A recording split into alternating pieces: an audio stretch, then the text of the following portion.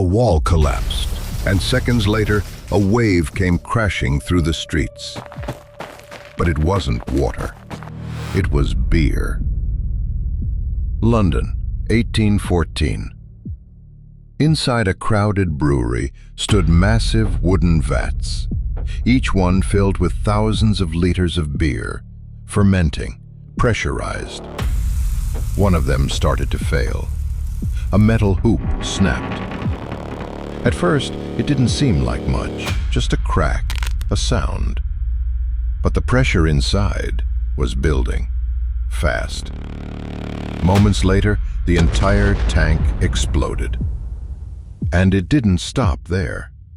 The force triggered a chain reaction. Other vats burst, one after another. Over 1 million liters of beer released at once. What followed was a wave, thick, heavy, relentless. It tore through the brewery walls and spilled into the streets. Buildings collapsed, doors ripped off hinges, people knocked off their feet.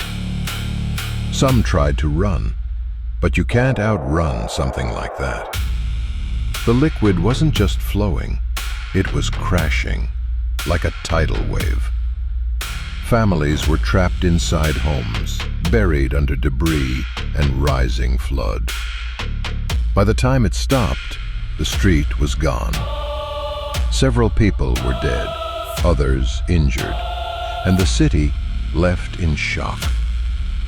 All of it caused by beer.